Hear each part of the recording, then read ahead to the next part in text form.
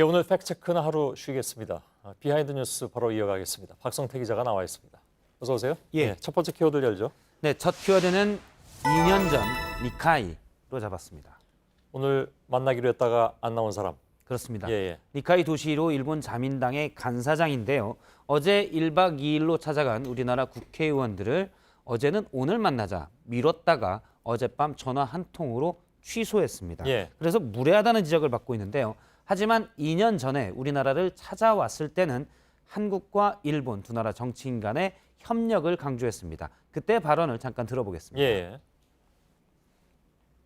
共に韓国の繁栄、日本の繁栄のために両国の政治家は心ある政治家は協力し合わなければならないと思っています。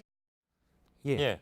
당시 문재인 대통령이 취임한 뒤에 찾아와서 특사로 찾아와서 나누었던 말이었습니다. 하지만 2년 뒤 지금의 모습은 많이 달라졌습니다. 예. 물론 뭐 자신들의 입장도 있겠지만 회동 30분 전에 갑자기 연기하고 또 밤중에 전화 한 통화로 내일 안 만나겠다 이렇게 얘기하는 거는 좀 뭐랄까 기본적인 예의의 문제인 것 같은데. 그렇습니다. 앞서 이제 문재인 대통령 앞에서는 정치인들의 협력이 필요하다라고 좋은 말로 했지만 예. 인사치레일 가능성이 높은데요. 사실 2년 전 그즈음에도 망언을 서슴지 않았습니다. 이 사람이? 그렇습니다. 예. 니카이 간사장은 문재인 대통령을 만나기 며칠 전 한 언론과의 인터뷰에서 위안부 합의 재협상은 바보 같은 소리다라는 소리를 했고요. 그 전에는 우리나라가 중요한 이웃이지만 예. 한국은 대화를 하는 데는 귀찮은 나라다라고 일본 TV와 인터뷰를 하기도 했습니다. 예. 니카이 간사장은 흔히 지한파, 한국을 잘 알고 있는 의원으로 분류되는데 과연 제대로 하느냐. 지한파 뭐 이런 단어들이 어떤 때는 좀 이게 대체 무슨 뜻이지 할 때가 있긴 있습니다. 예. 지한파라고 해서 꼭 뭐 바른 생각을 가지고 있는 것도 아닌 것 같고. 예. 그냥 뭐 하는 말로 봐서는 그냥 몇 번 왔다 갔다라고 생각하는 예. 게 편할 것 같습니다. 예. 자, 두 번째 키워드는요? 두 번째 키워드는 송원석의 개인 청구권으로 잡았습니다. 예. 개인 청구권은 지금 한창 뭐 이게 얘기가 되고 있는 거잖아요. 강제징용 피해자에 대한 배상금 문제. 그렇습니다. 예. 바로 이제 강제징용 피해자에 대한 이 배상금 청구를 계기로 일본이 경제 보복 조치를 취하고 있는데 현재 아베 정부는 일제 감정기에 일본 기업들의 개인 징용 피해자들에 대한 개인 청구권을 인정하지 않고 있습니다. 예. 그런데 자유한국당의 송원석 의원이 비슷한 입장을 취했는데요. 예. 오늘 한 언론에 나와서 한 얘기인데요. YTN에 나왔었는데 1965년 한일 청구권 협정에 개인 청구권이 포함됐다라고 주장을 했습니다. 예. 즉 그때 뭐 포함됐기 때문에 일본의 입장하고 같은 거네요. 그렇습니다. 예. 포함됐기 때문에 이제는 소멸됐다는 얘기인데요.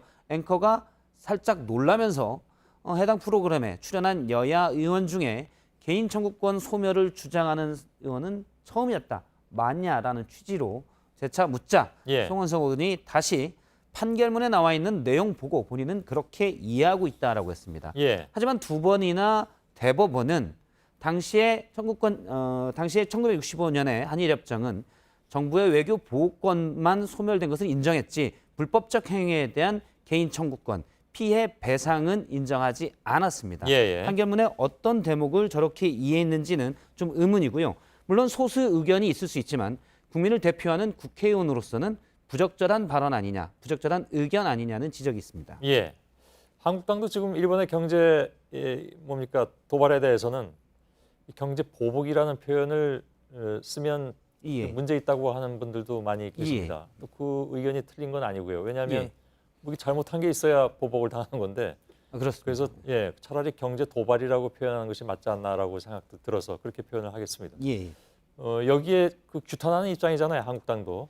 그렇습니다. 지난번 청와대에서 열린 대통령과 여야 5당 당대표 회동에서도 일본의 그러한 부당한 경제 조치에 대해서 규탄하는 공동 발표문을 낸 바 있고요. 예. 국회에서도 규탄하는 결의안을 내기로 의견을 모은 바가 있습니다. 예. 그래서 제가 한국당에게 송원석 의원의 입장을 어떻게 생각하느냐 한 핵심 당직자에게 물어보니 이 A 의원은 개인 청구권 소멸에 대해서는 당론이 현재 따로 없긴 하지만 송 의원의 입장은 개인 주장이다.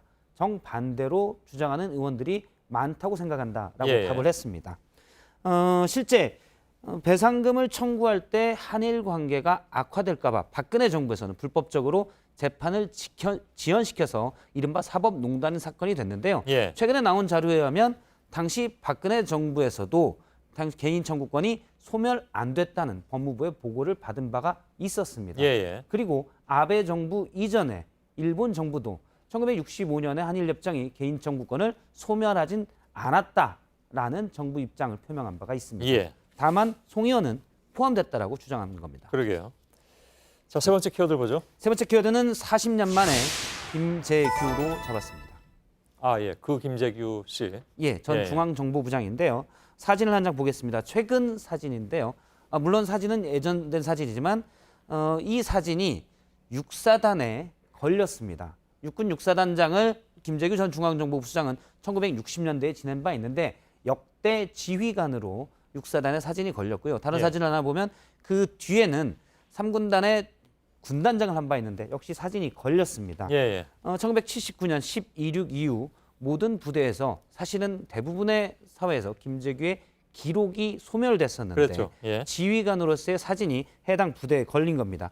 지난 4월 국방부가 훈령을 바꿔서 역사 자료로서의 게시를 허용하면서 김재규의 사진이 군부대에 걸리게 된 건데요. 그때 예고가 있었는데 실제로 이렇게 되는 거군요. 그러니까. 그렇습니다. 그때 예. 훈령을 낸 뒤에도 과연 실제로 걸겠냐라는 얘기가 좀 있었는데 최근 실제로 걸린 것이 확인이 됐습니다. 예. 다만 현 군사안보 지원사령부 예전에 뭐 보안사, 기무사의 지금 이름인데요. 예, 예. 이 사령관도 지낸 바가 있는데 여기에는 걸리지가 않았습니다. 왜요? 안보지원사령부는 옛 기무사 등과 단절을 해서 새로운 조직으로 만들어졌기 예. 때문에 역대 사령관 자체가 없어졌습니다. 그렇군요. 예. 알겠습니다. 박성태 기자였습니다. 수고했습니다.